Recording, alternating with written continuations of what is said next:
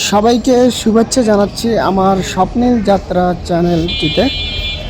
আমি সাধারণত এই চ্যানেলে ট্রেন বিষয়ক টুকিটাকি যাবতীয় তথ্য শেয়ার করে থাকি। আজকে আমি যে ভিডিওটা শেয়ার করতেছি আপনাদের মাঝে, এটা হচ্ছে সান্তাহার জংশনে দাঁড়িয়ে রয়েছি।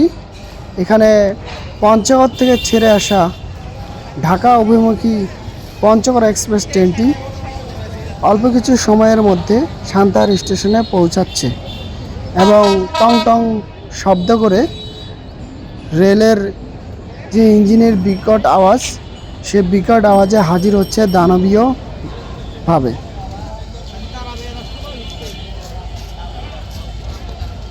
পঞ্চগড় এক্সপ্রেস ট্রেনটি 4:50 সান্তাহার স্টেশনে এসে দাঁড়ায় এবং 10 মিনিট বিরতি দিয়ে বিকাল 5টার সময় এই ট্রেনটি ঢাকার উদ্দেশ্যে ছেড়ে যায়।